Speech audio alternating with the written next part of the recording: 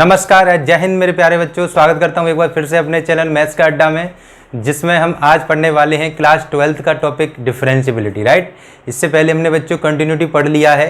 Continuity की अगर videos आपने नहीं देखी तो लिंक आपको डिस्क्रिप्शन में मिल जाएगा, वहाँ जाकर अपनी वीडियोस देख सकते हो। राइट, आज हम स्टार्ट करने वाले हैं डिफरेंशिएबिलिटी। तो डिफरेंशिएबिलिटी का बेसिक फंडामेंटल क्या होता है, डिफरेंशिएबिलिटी का कंसेप्ट क्या है, हमने डिफरेंशिएबिलिटी को क्यों समझना है और इसका आगे यूज़ क्या है। राइट, कैलकुलस के अंदर बच्चों इसका बेसिकली डिफरेंशिएशन जब निकालते हैं यानी कि डेरिवेटिव जब निकालते हैं उसके लिए ही इसका बेसिक यूज़ है।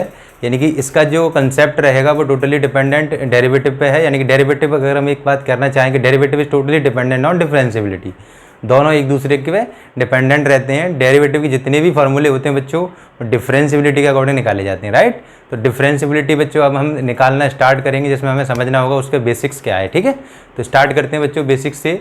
सबसे पहले हम बात करते हैं differentiability at a point. Differentiability किसी एक पर्टिकुलर पॉइंट पर निकाली जाएगी। राइट, फिर उसके बाद मैं बताऊंगा एक पॉइंट निकालने के बाद एक इन जनरल फॉर्मूला क्या रहेगा अगर हमें डिफरेंशिएबिलिटी फंक्शन पर किसी की चेक करनी है, यानी कोई फंक्शन डेरिवेबल है या डिफरेंशिएबल है कि नहीं। उस चीज़ को समझने के लिए बच्चों सबसे पहले हम बात करेंगे डिफरेंशिएबिलिटी एट अ पॉइंट की। राइट, तो let f x be a real valued function. Suppose हमने कोई लिया बच्चों f x real valued function, let f x be a real valued function which is defined in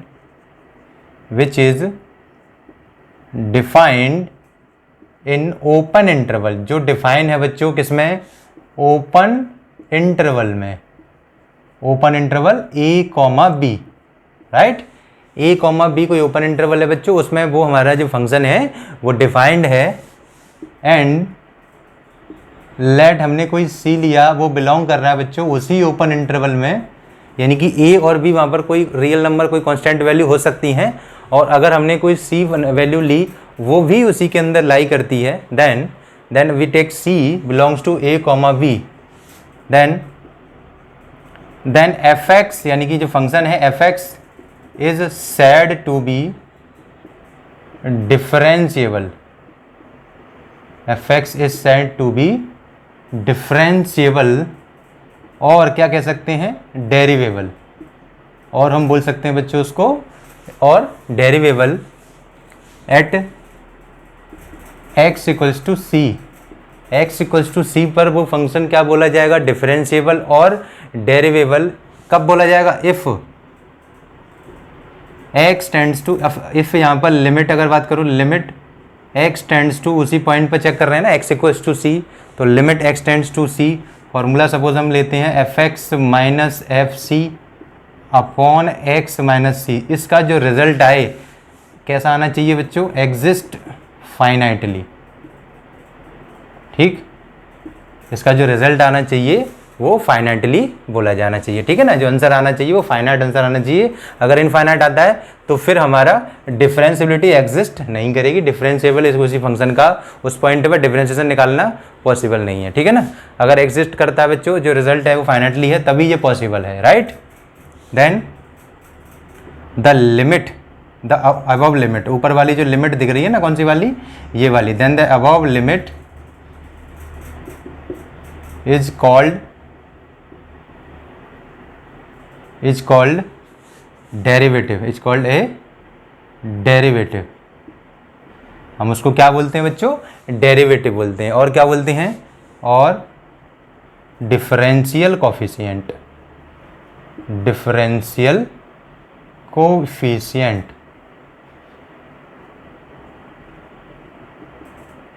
right, विच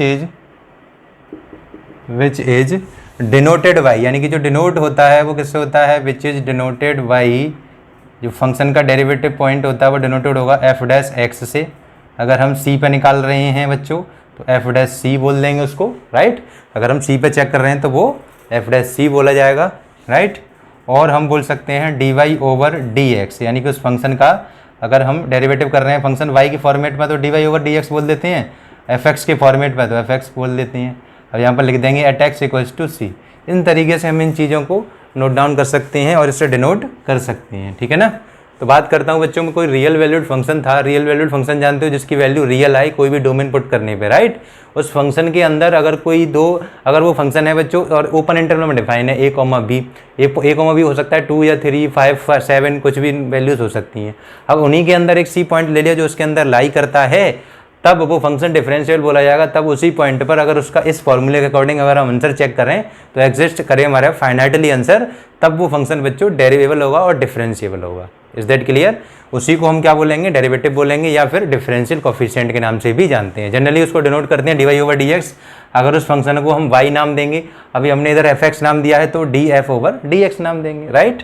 और f dash x दे सकते हैं। अगर हम c पॉइंट पर चेक कर रहे हैं तो c उसमें x की जगह पर पुट कर दिया जाता है, ठीक है। तो उसका जो रिजल्ट आएगा वो ये वाली वैल्यू से निकल के आ जाता है, राइट। अभी हम बात करते हैं कि किसी भी फंक्शन की डिफरेंशिएबिलिटी हम चेक करने के लिए बच्चों उसके लिए हमें क्या तरीका होता है और यही फॉर्मूला हमें क्यों लगाना पड़ा। सबसे पहले एक बात कंसेप्ट क्लियर कर देता हूँ। To check the differentiability, to check the differentiability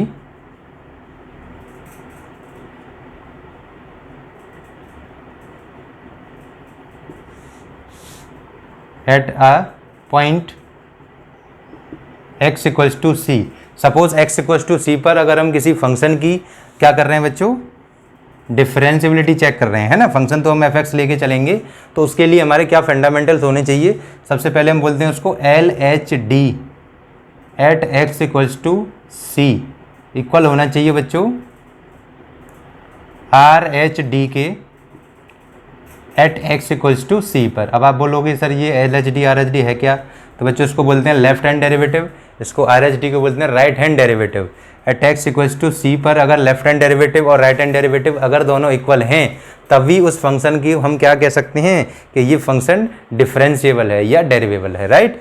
अब LHD RHD निकालेंगे कैसे, इसी फंक्शन में हम क्या करते हैं, लिमिट लगाते हैं बच्चों, limit x tends to c negative. मैंने बताया था जैसे कंटिन्यूटी में लेफ्ट हैंड लिमिट लेते हैं, यहाँ पर लेफ्ट हैंड डेरिवेटिव लेंगे तो c नेगेटिव ले लेंगे, ठीक है। जहाँ पर x होता है वहाँ क्या पुट कर देते हैं, c माइनस एच पुट कर देते हैं, और माइनस एफ, c तो कांस्टेंट है ये तो एज इट इज रहेगा, अपॉन।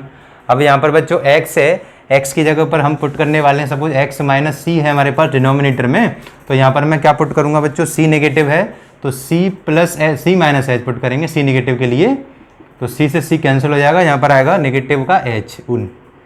तो इसकी वैल्यू और RHD लेंगे हम सेम इसी तरीके से, limit x tends to c positive, function f c plus h, उस फंक्शन में x की जगह पर c प्लस एच, और उस फंक्शन में x की जगह पर c वैल्यू जो हम जिस पर चेक कर रहे हैं पुट कर देंगे, और नीचे h। जो रिजल्ट आएगा, दोनों का रिजल्ट अगर इक्वल होता है तो उस फंक्शन को हम डिफरेंशिएबल बोल सकते हैं और डेरिवेबल भी बोल सकते हैं, राइट। अब कंटिन्यूटी के लिए बच्चों हमारे पास 3 रिजल्ट थे, वहाँ पर f ऑफ a भी होता था, लेकिन यहाँ पर नीड नहीं है उस f ऑफ a की इक्वल दिखाने की, f ऑफ a निकालने की भी ज़रूरत नहीं है, राइट। तो ये अगर LHD और RHD हमारी इस कंसेप्ट पे हमने निकाली, इसी फंक्शन इसी फॉर्मूले को लेते हुए अगर इक्वल आती हैं, तो हम उस फंक्शन को कह सकते हैं कि जो फंक्शन डेरिवेबल है और डिफरेंशिएबल भी है, राइट।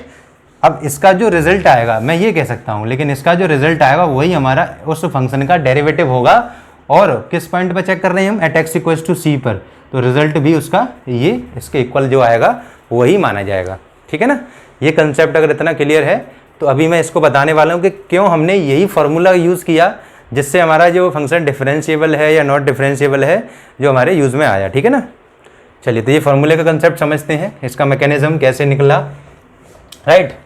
तो सबसे पहले बच्चों ये आप नोट डाउन कर लेंगे वीडियो को पॉज करने के बाद, ठीक है। आगे बढ़ेंगे हम, जिसमें हमें अगर फॉर्मूले का कंसेप्ट पता होगा तो हम थोड़ा सा कंसेप्ट क्लियर कर पाएंगे कि हाँ ये फॉर्मूला हमारा कैसे बना, ठीक है।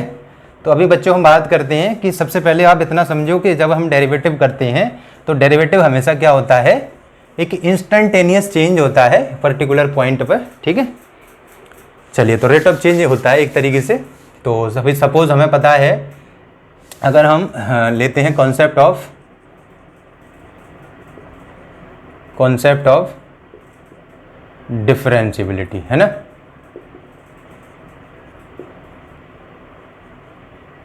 डिफरेंशिएबिलिटी का जो फॉर्मूला था वो हमारा, उसका कॉन्सेप्ट क्या है, उसका मैकेनिज्म क्या है, लेट सपोज हम समझेंगे उससे पहले हम उसको ग्राफ प्लॉट करते हैं बच्चों।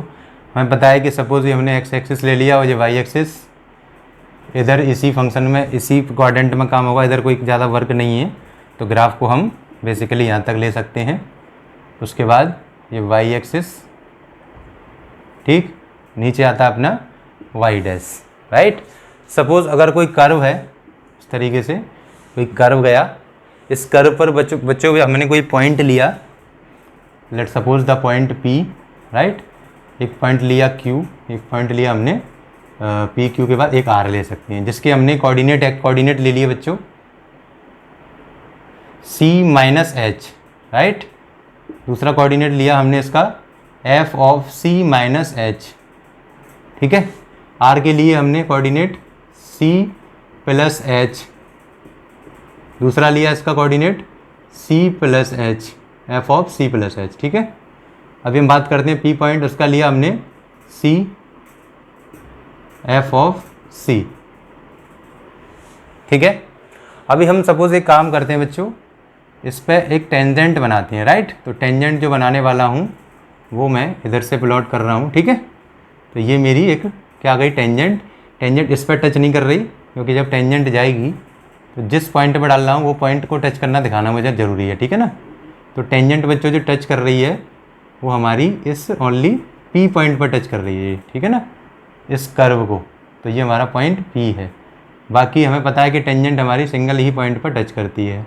अभी हमने क्या किया बच्चों, इसको और इसको ज्वाइन कर लिया, P से Q और R से P को भी ज्वाइन कर लिया, ठीक है। इस P पॉइंट को थोड़ा सा अगर चाहें एक मर्ज होता हुआ दिख रहा है मुझे इसी कर्व में, तो मैं इसको थोड़ा सा दूर ले लेता हूँ, ठीक है ना। अब मैंने इसको ज्वाइन किया बच्चों, तो अब क्लियर करके लाइन आपको दिख जाएगी, राइट। तो स्लोप का कंसेप्ट अगर आपको 11th क्लास में पता है, स्लोप अगर हमें निकालना है, स्लोप है ना, स्लोप ऑफ अगर मुझे P से Q तक का, यानी कि ये जो पॉइंट है हमारे पास ये PQ है, इस तरीके से ये P है तो ये Q ले लिया, ठीक है ना। तो स्लोप अगर हमें निकालना है बच्चों, स्लोप ऑफ PQ,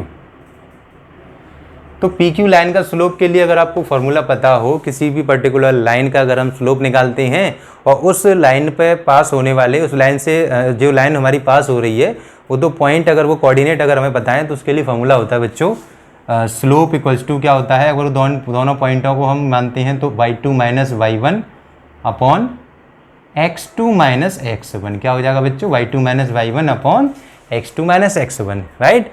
जब P पॉइंट ले रहे हैं हम और ये Q पॉइंट ले रहे हैं हम, ठीक है, तो इन दोनों केस में हमारा ये वाला पॉइंट पहला दूसरा हो जाएगा, ये पहला वाला पॉइंट हो जाएगा, यानी x1 y1 और ये x2 y2, राइट। तो हम बात करते हैं बच्चों y2 माइनस y1 के लिए, इसमें से ये माइनस हो जाना है, तो ये आया हमारे पास P point F of C minus H minus FC upon x2 minus x1 करेंगे, यानी इसमें से माइनस करेंगे बच्चों, तो ये C से तो C कैंसिल हो जाएगा, इधर क्या रह जाएगा, ओनली नेगेटिव का H। तो ये हमारा यहाँ से हमें LHD मिलती है, लेफ्ट हैंड डेरिवेटिव। यानी कि अगर हम इस पॉइंट पर डिफरेंशियबिलिटी चेक कर रहे हैं, यानी कि स्लोप जो है बच्चों वो हमारा कहाँ से कहाँ तक बनना है, इस पॉइंट P पर बनना है, यानी कि कर्व को टच कर रही है वो टेंजेंट, वो किस पर कर रही है, पॉइंट P पर कर रही है। इसी पॉइंट पर निकालने के लिए हम लेफ्ट हैंड डेरिवेटिव निकालेंगे और राइट हैंड डेरिवेटिव निकालेंगे।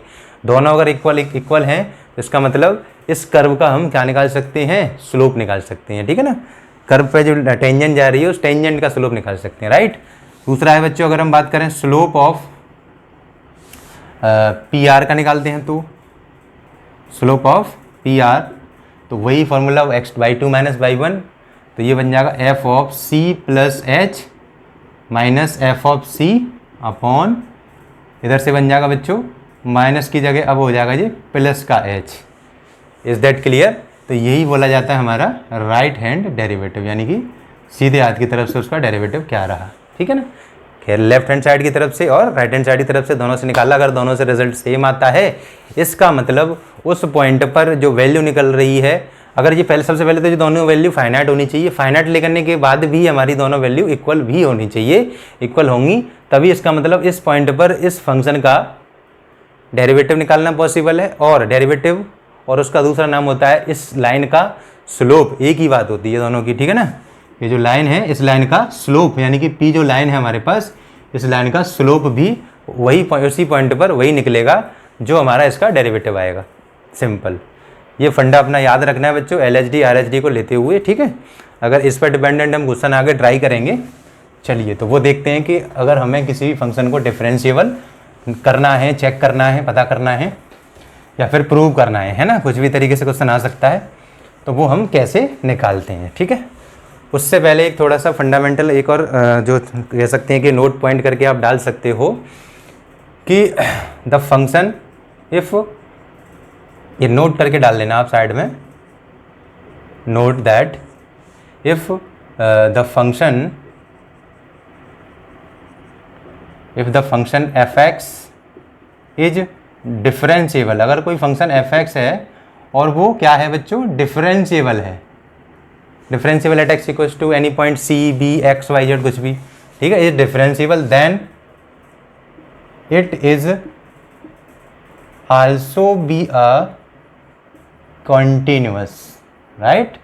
यानी कि अगर कोई फंक्शन क्या है, अगर कोई फंक्शन डिफरेंशिएबल है तो इसका मतलब वो कंटिन्यूअस भी होगा, तभी वो डिफरेंशिएबल है, ठीक है। इतनी बात समझ में आती है। लेकिन हर फंक्शन कंटिन्यूअस है, बात को समझो, अगर कोई फंक्शन डिफरेंशिएबल है इसका मतलब वो कंटिन्यूअस भी है। अगर कोई फंक्शन डिफरेंशिएबल है यानी कि उसका डिफरेंशिएशन निकालना पॉसिबल है, इसका मतलब वो कंटिन्यूअस भी होगा।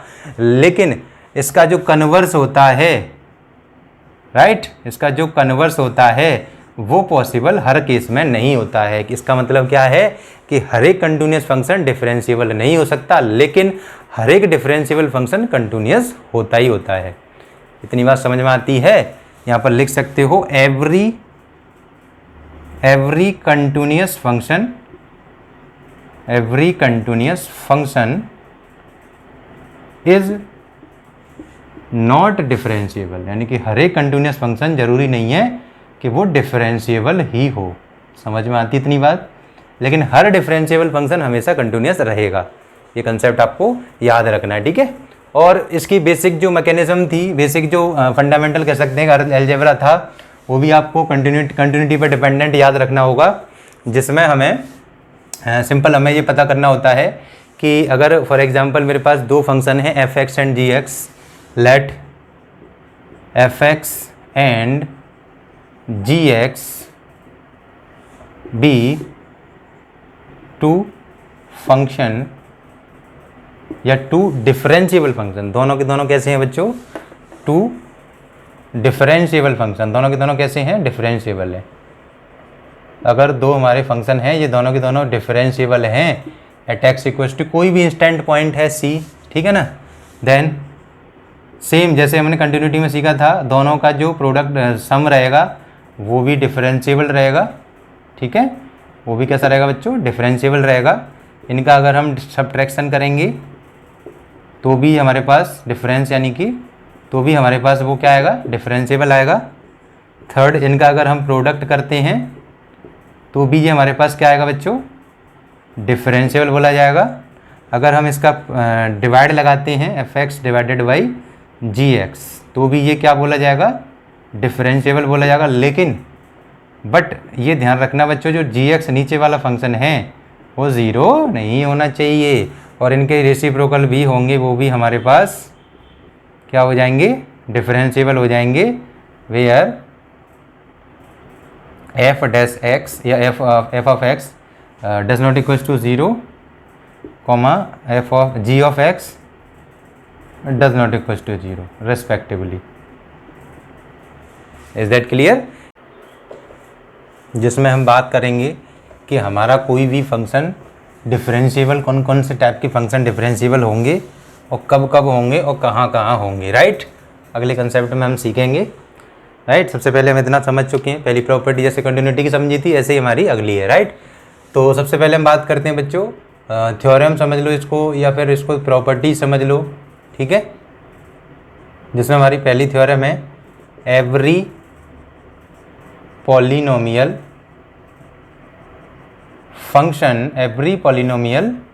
Function is differentiable. कैसा रहेगा बच्चों, differentiable at x belongs to any real number, right. Second है हमारे पास एवरी क्या, एक्सपोनेंशियल फंक्शन, एवरी कोई exponential function a to the power x is differentiable.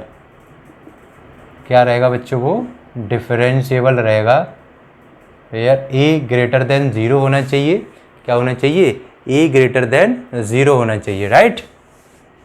आगे थर्ड है हमारे पास every constant function, every constant function और एक्स यहाँ पर क्या होना चाहिए बच्चों, कोई भी रियल नंबर हो सकता है ना। Every constant function is a differential everywhere, differential at every real number, कोई बोल सकते हैं every real number x belongs to R. अब वहाँ एक्स है ही नहीं तो एक्स बिलोंग करे आर से क्या फ़र्क पड़ता है, वो हमेशा क्या रहेगा, हमारा फंक्शन डिफरेंशिएबल बोला जाएगा, राइट। आगे बढ़ते हैं हम, जिसमें हमारे पास तीनों पार्ट क्लियर है। उसके बाद आता है हमारे पास लॉगरिथमिक फंक्शन। कौन सा बच्चों, लॉगरिथमिक फंक्शन। लॉगरिथमिक फंक्शन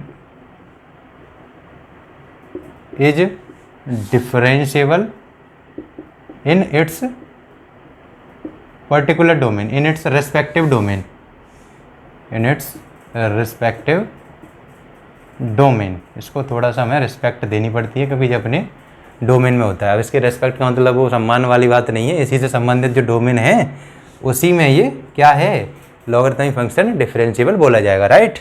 आगे बढ़ते हैं हम, ये 1 2 3 4 हो गए। उसके बाद आता है हमारे पास ट्रिग्नोमेट्री, ठीक है, trigonometric function and inverse trigonometric, and inverse trigonometric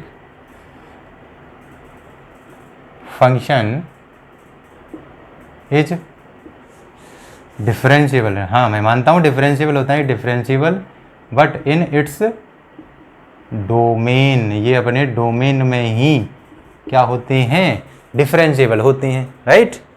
next हम बढ़ते हैं बच्चों, इनवर्स हो गया, इतना सारा हो गया। चलिए उसके बाद आता है हमारे पास the composition of, composite function समझ दो, कंपोजिशन ऑफ दो डिफरेंशियल फंक्शन का अगर हम कंपोजिशन करके कोई नया फंक्शन बनाते हैं, ठीक है ना। Composition of 2 differential function is also a differentiable, is also a differentiable function. Differential बोलो, डिफरेंशियल बोलो, एक ही मीन्स होता है, ठीक है ना। तो यहाँ से हम 6 चीज़ें सीखते हैं और एक हमने पहले बता रखी है, 2 अगर ट्रिग्नोमेट्रिक यानी कि 2 कोई भी फंक्शन हमारे पास डिफरेंशिएबल हैं तो दोनों का सम, दोनों का प्रोडक्ट, दोनों का डिफरेंस और दोनों का डिवाइड, कुछ परसेंटेज हम निकालेंगे तो वो भी डिफरेंशिएबल होगा, ठीक है ना।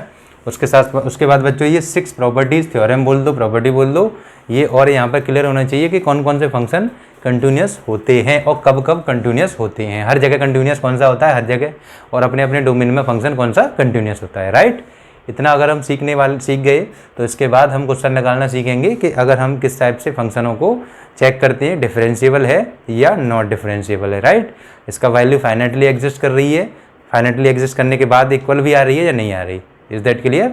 आज की वीडियो में इतना ही, आगे बढ़ते हैं हम।